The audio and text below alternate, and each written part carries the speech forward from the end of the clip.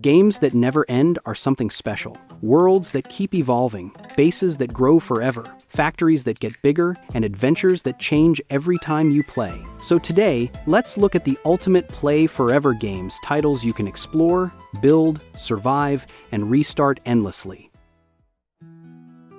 Let me start with a game that doesn't just keep you playing, it absorbs you completely. Ark Survival Evolved is one of those experiences where you think you're just walking around a beach, and suddenly you're running for your life from a dinosaur twice your size. The game throws you onto a wild island where everything wants to kill you, and surviving the first day already feels like a victory. You begin with nothing but your hands and the courage you pretend to have. Little by little, you gather resources, craft tools, build your first shaky shelter, and try not to become lunch. And then comes the moment that changes everything, taming your first dinosaur. From that point on, the loop becomes addictive. A small creature leads to a bigger one, then a flying mount, and soon your base looks like a prehistoric fortress. Each map has its own biomes, dangers, and creatures, and every dinosaur serves a purpose: farming, exploring, defending, or fighting bosses and other players. Whether you're playing the original Survival Evolved or the upgraded Survival Ascended, the freedom to build massive bases, explore deadly caves, and chase legendary creatures keeps you hooked for hours. I'll admit it, playing alone turned me into dino food more times than I'd like. But that's part of the charm. Ark always has another goal, another creature, another insane challenge waiting for you. And that's why it never really ends.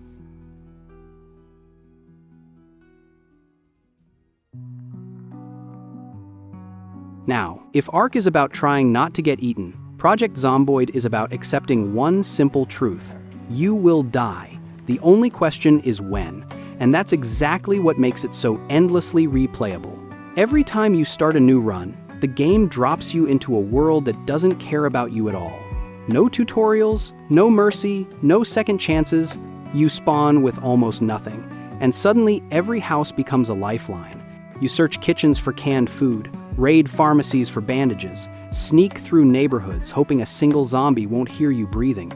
The map is huge, filled with cities, forests, farms, and hidden dangers around every corner. And the longer you survive, the harder everything gets: more zombies, fewer resources, colder nights, and a constant feeling that the world is closing in on you. What keeps you hooked is how each failure teaches you something valuable. One run, you try building a giant fortress. In another, you live quietly on a farm, learning to cook, fish, and repair cars. And when you eventually die, because you will, you start again with a new plan, a new build, and a new hope. Then there are the mods. A massive community adds new maps, weapons, systems, vehicles, and entire regions, turning the game into a never-ending zombie survival simulator. No matter how long you play, there's always a new story to live, a new mistake to learn from, and one more day to try surviving.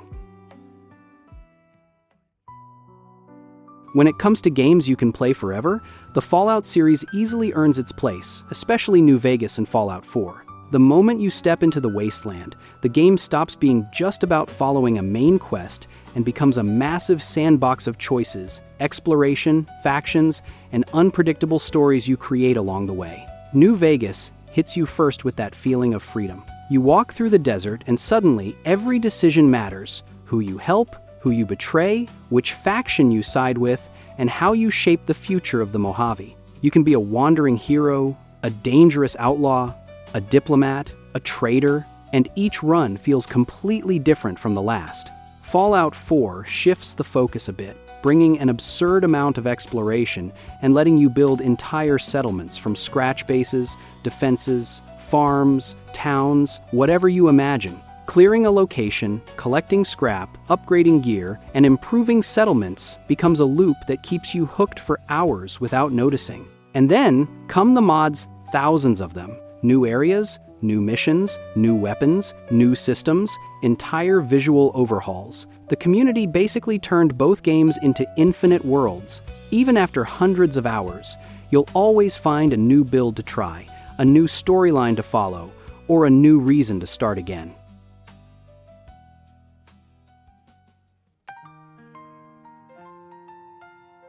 Some games don't need explosions or giant monsters to trap you for hundreds of hours. Stardew Valley does it with pure charm. You start thinking you'll just plant a few seeds, water your crops, maybe talk to a villager or two, and suddenly, it's 3 in the morning and you're planning your farm layout for the next season.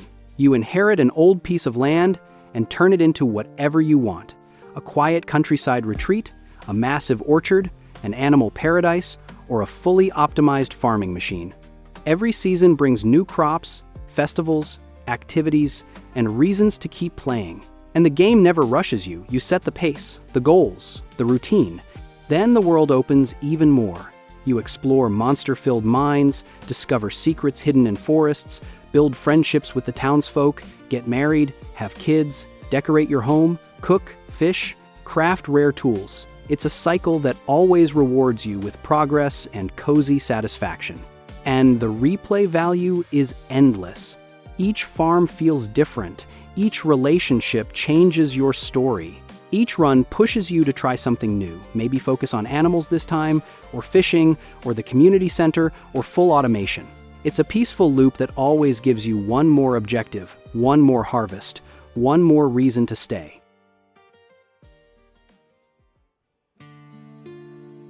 Skyrim is the kind of game that throws you into its world and never lets you go. You start as a prisoner, about to be executed. A dragon crashes the ceremony, everything explodes into chaos, and 10 minutes later you've already forgotten the main quest because some random NPC asked for help and suddenly you're deep inside a thieves' hideout on the other side of the map. That's the magic of Skyrim. Every small choice leads to a completely different path. You wander through mountains, forests, ruins, towns, caves, and it all feels endless, even though the map isn't actually that huge. There's always another dungeon to explore, a new secret to uncover, a strange enemy waiting inside a cave you found by accident. And the way you build your character makes each run feel completely different. You can be a warrior, a mage, an assassin, a mix of everything, or whatever insane combination you come up with. The freedom is absurd. But what truly makes Skyrim infinite is its modding community.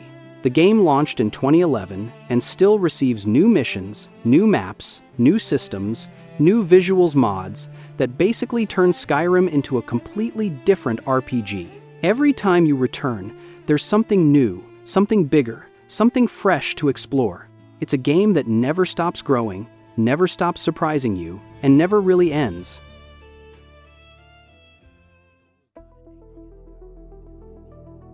Factorio is the definition of a game that consumes your mind even when you're not playing. It starts simple. You crash land on an alien planet and need to build a factory to launch a rocket. But the moment you place your first conveyor belt, everything escalates. Soon, you're creating massive networks of miners, furnaces, robotic arms, pipes, refineries, and machines that produce parts for other machines, which fuel even bigger machines. It becomes this endless cycle of planning, expanding, optimizing, and fixing bottlenecks you didn't even realize you had. And that's the magic the factory always has to grow. Every time you think everything is finally running smoothly, something slows down, and there you go, redesigning an entire section because iron plates aren't arriving fast enough. On top of that, the alien creatures don't let you relax. They constantly attack, forcing you to build defenses, walls, turrets, and entire kill zones around your base. Then, you discover the modding community, and it's over. People add new technologies, more complex machinery, gigantic overhauls, and challenges that transform the game into something even bigger and more demanding. Suddenly, your little factory becomes a massive industrial planet spanning hundreds of hours. Factorio never stops growing. You're always improving, rebuilding, and searching for that perfect production line, and you'll never reach it, which is exactly why you keep playing.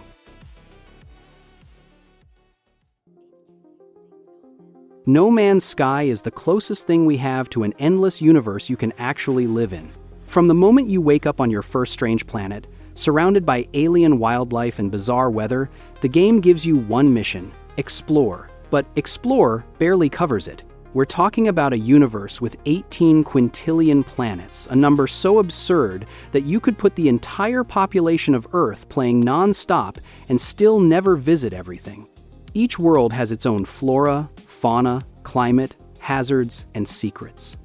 Some planets are peaceful and vibrant, others are toxic nightmares where simply standing still can kill you. And the freedom you have is insane.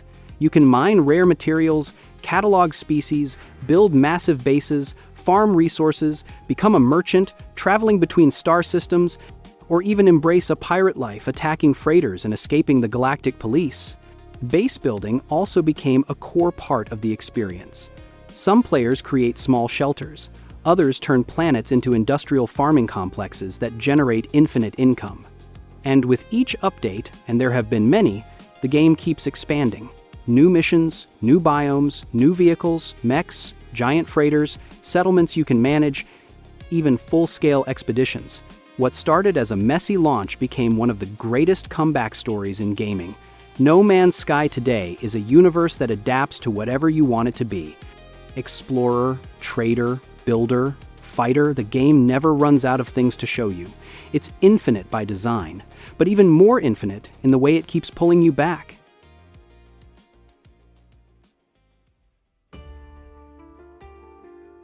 Valheim drops you into a vast Nordic realm where survival, exploration, and progression blend into one of the most addictive loops you'll ever play.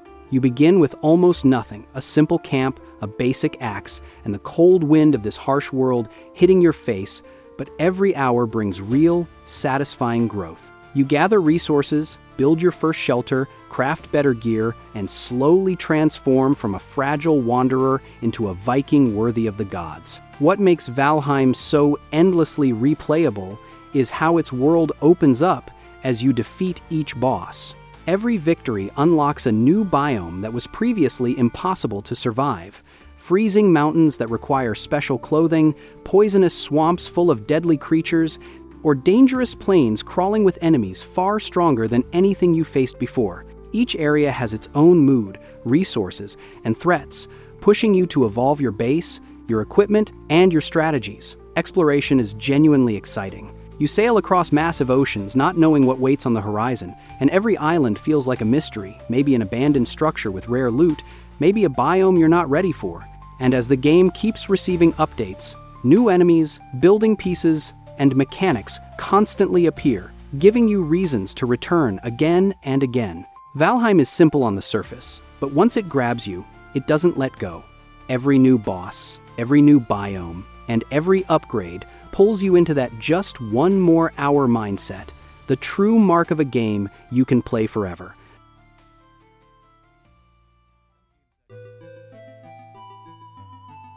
Terraria is one of those games that never truly ends. No matter how many hours you sink into it, you start with nothing but a copper sword, a basic pickaxe, and a wooden axe. And before you even realize it, you're mining all the way down to literal hell, building towns, crafting thousands of unique items, and fighting more than 30 bosses, each one opening new layers of progression you didn't even know existed. The world is fully procedural, so every new playthrough generates a completely different map, filled with new biomes, caves, secrets, and challenges.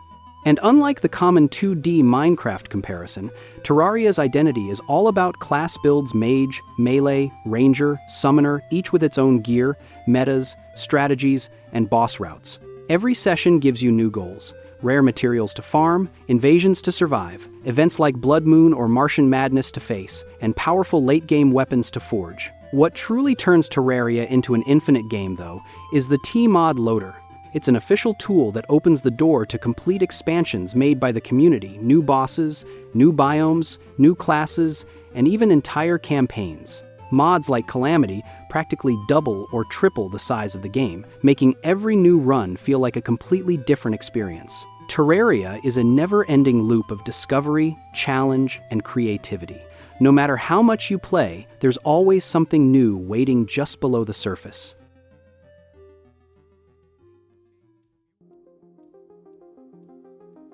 Satisfactory starts simple, but it quickly becomes one of the most addictive forever games you can play. You land on an alien planet with a few basic machines, mining a little iron and running a tiny conveyor belt. But after some hours, everything escalates suddenly. You're designing huge 3D logistics puzzles, building massive mining networks, and managing factory layouts so complex they feel alive. The game spent years in early access, shaped by constant community feedback. Every update added new technologies, machines, resources, and ways to automate. When the full version finally arrived, it became a deep, polished sandbox with no real ending, and that's exactly why it hooks so hard. Your goal is simply to make production bigger, faster, cleaner, and every time you fix something, another bottleneck appears. Improve one conveyor line and your power grid collapses. Upgrade oil production, and now you need twice the plastic. You're always rebuilding, reorganizing, optimizing, and that endless loop is incredibly satisfying. What keeps you playing isn't quests or story. It's the pursuit of the perfect factory, where everything runs flawlessly. You never quite reach it, and that's why Satisfactory never stops pulling you back. And that's where we wrap things up. A list full of worlds you can sink into for hours, days, or honestly, forever. If one of these games brought back memories, or if you just found a new obsession to try next, tell me down in the comments. Don't forget to drop a like. It really helps the channel. And of course, subscribe so you don't miss the next video. Thanks for watching. Take care.